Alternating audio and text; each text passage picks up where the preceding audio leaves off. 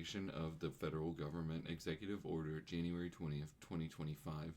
By the authority invested in me as President by the Constitution and the laws of the United States of America, and Section 301 of Title III United States Code, it is hereby ordered as follows. Section 1. Purpose.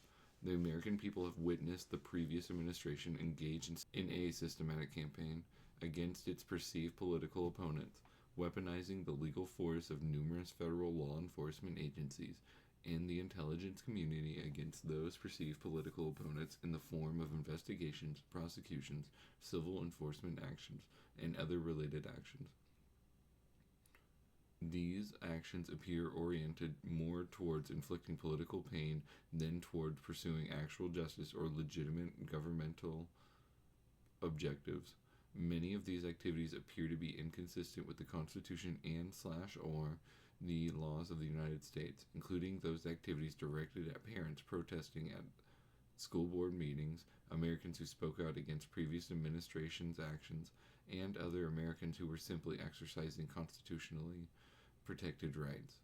The prior administration and allies throughout the country engaged in unprecedented third world weaponization of prosecutorial power to upend the democratic process. It targeted individuals who voiced opposition to the prior administration's policies with numerous federal investigations and politically motivated funding revocations, which cost Americans access to needed services. The Department of Justice even failed an individual for posting a political meme, and while the Department of Justice has ruthlessly prosecuted more than 100 individuals associated with January 6th and simultaneously dropped nearly all cases against BLM rioters.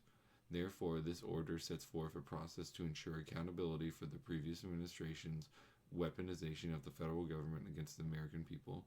Section 2. Policy. It is the policy of the United States to identify and take appropriate action to correct past misconduct by the federal government related to the weaponization of law enforcement and the weaponization of the intelligence community. Section 3. Ending the weaponization of the federal government. A. The Attorney General, in consultation with the heads of all departments and agencies of the United States, shall take appropriate action to review the activities of all departments and agencies exercising civil or criminal enforcement authority of the United States, including but not limited to the Department of Justice, Securities and Exchange Commission, and the Federal Trade Commission, over the last 4 years, and identify any instances where a department's or agency's conduct appears to have been contrary to the purposes and policies of this order, and provide a report to be submitted to the President through the Deputy Chief of Staff for Policy and the Counsel to the President, with recommendations for appropriate remedial actions to be taken to fulfill the purposes and policies of this order.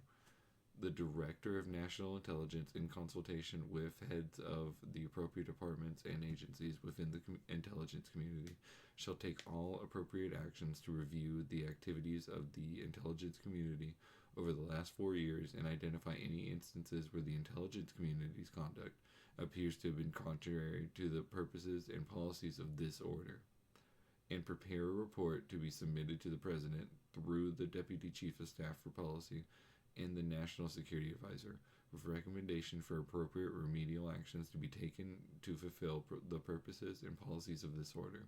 The term intelligence community has the meaning given the term in Section 3003 of Title 50 United States Code.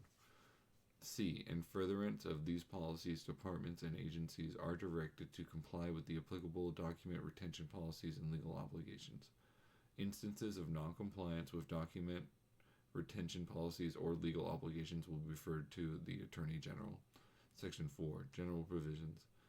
A. Nothing in this order shall be construed to impair or otherwise affect 1. The authority granted by law to an executive department or agency or the head thereof, or 2. The functions of the Director of the Office of Management and Budget relating to budgetary, administrative, or legislative proposals. B. This order shall be implemented consistent with applicable law and subject to the availability of appropriations. C. This order is not intended to and does not create any right or benefit, substantive or procedural, enforceable at law or in equity by any party against the United States, its departments, agencies, or entities, its officers, employees, or agents, or any other person. Signed, the White House, January 20th, 2025.